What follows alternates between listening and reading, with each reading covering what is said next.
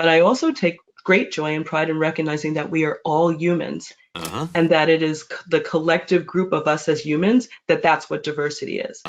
So literally what that means is that really diversity is about each and every one of us being different, therefore human, and therefore working to really disappear this concept of other. You're not really listening to me, are you? 20 or 50 or even 100 years ago, if you asked someone which of the world's countries was the most diverse, most equitable, and most inclusive, they would have almost certainly answered the United States. Not anymore. What changed? Well, nothing and everything. Nothing in the sense that America is still the opportunity-rich place it's always been.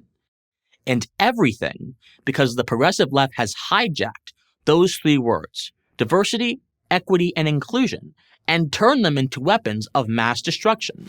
This DEI trio makes up the neutron bomb that has laid waste to a good part of our educational and corporate institutions.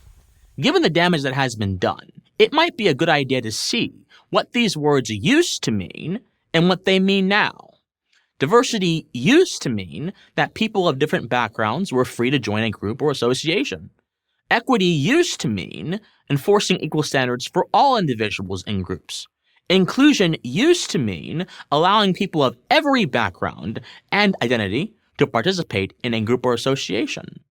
Now, in their DEI context, these words all mean one thing: applying unequal standards to ensure preferential outcomes for individuals and groups based on race, sex, and gender identity. The DEI movement is not about a sincere desire to make educational or corporate institutions more diverse, more equitable, or more inclusive. If you don't believe me, try having an open discussion on your company message board or at your next DEI seminar about why the same standards should apply to everyone, everywhere, regardless of race, sex, or gender identity. Try that and you know what will happen. You'll be shouted down, shunned, reprimanded, and maybe fired. DEI is ultimately about only one thing: advancing those who are not white, heterosexual, and male at the expense of white, heterosexual men, regardless of their respective qualifications.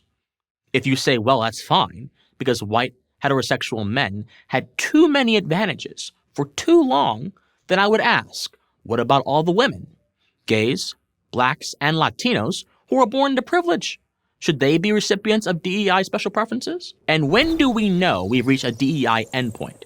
When do we know that everything is finally diverse, equitable, and inclusive? There are no good answers to any of these questions. That's a feature, not a bug, of the DEI racket. America will never be able to DEI its way out of its DEI problem. It's the pot of gold at the end of the rainbow. You never reach your goal because it doesn't exist. You'll never quite be diverse enough, equitable enough, or inclusive enough. The DEI obsession has been great for one group of people and one group only: the lavishly paid DEI administrators at every Fortune 100 company, college, and university, and all those who work under them.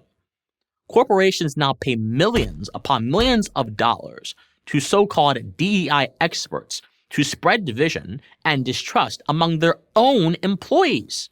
It may be the single most non-productive, self-destructive thing a business can do to itself. But businesses, to their everlasting shame, are doing it anyway. They think they're trapped. If they don't set up a DEI office, that proves their company is racist, sexist, and homophobic. But if they do set up a DEI office, that proves their company is racist, sexist, and homophobic. Or why else did they set up a DEI office in the first place? Heads, DEI wins. Tails, you lose. All this is bad enough, but the DEI fraud is also condescending. It both manufactures and perpetuates victimhood. DEI assumes Black people can't hack it on their own.